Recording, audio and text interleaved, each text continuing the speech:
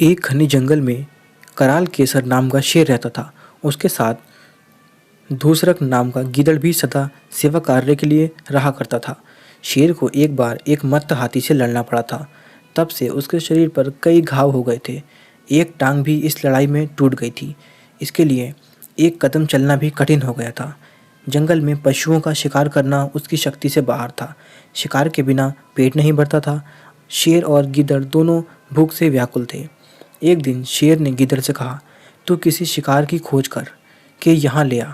मैं पास में आए पशु की मार डालूंगा, फिर हम दोनों भर पेट खाना खाएंगे। गीदड़ शिकार की खोज में पास के गांव में गया। वहां उसने तालाब के किनारे लंबकर्ण नाम के गधे को हरी हरी घास का कोमल कोंपले खाते देखा। उसके पास जाकर बोला, मामा नमस्कार, बड़े दिनों बाद दिखाई दिए हो, इतने दुबले कैसे हो गए हो?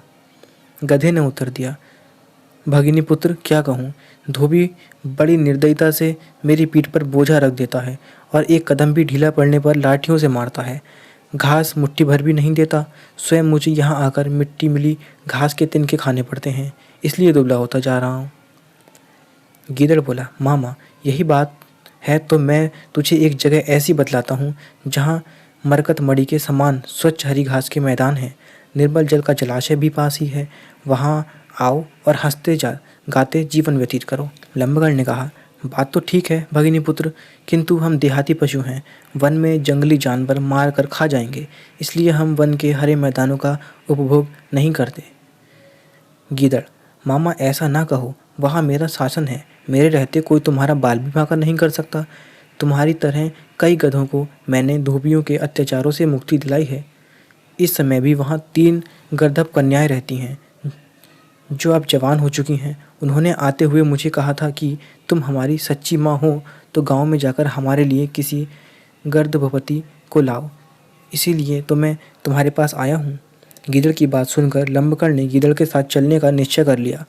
गीदड़ के पीछे पीछे चलता हुआ वह उसी वन प्रदेश में जा पहुंचा जहाँ कई दिनों से भूखा शेर भोजन की प्रतीक्षा में बैठा था। शेर के उठते ही लंबकर्ण ने भागना शुरू कर दिया।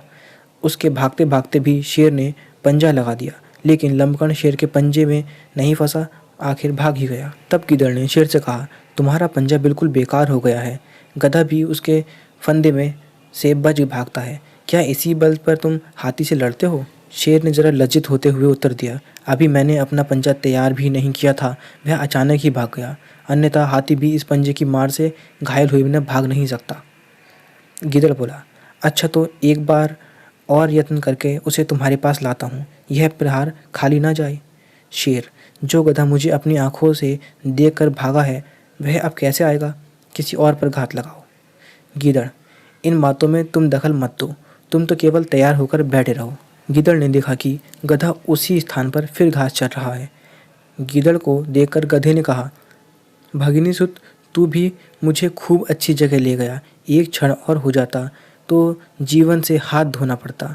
भला वह कौन सा जानवर था जो मुझे देखकर उठा था और जिसका वज्र समान हाथ मेरी पीठ पर पड़ा था?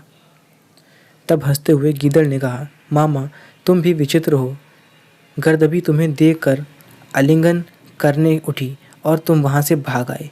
उसने तो तुमसे प्रेम करने को हाथ उठाया था, वह तुम्हारे बिना जीवित नहीं रहेगी, भूखी प्यासी मर जाएगी। वह कहती है, यदि लंबकर्ण मेरा पति नहीं होगा तो मैं आग में कूद पड़ूंगी, इसलिए अब उसे अधिक मत सताओ, अन्यथा स्त्री हत्या का पाप तुम्हारे सिर लगेगा। चलो मेरे साथ चलो।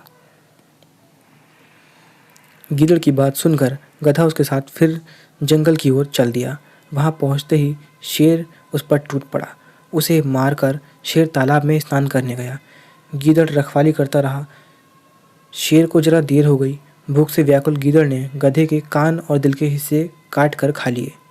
शेर जब भजन पूजन से वापस आया तो उसने देखा कि गधे के कान नहीं थे और दिल भी निकला हुआ था। क्रोधित होकर उसने गीदड़ से कहा, पापी, तूने इसके कान और दिल खाकर मुझे झूठा क्यों किया? गीदड़ बोला, स्वामी ऐसा ना कहो, इसके कान और दिल थे ही नहीं, तभी तो यह एक बार जाकर भी वापस आ गया था। शेर को गीदड़ की बात पर विश्वास हो गया। दोनों ने बांट कर गधे का भोजन किया।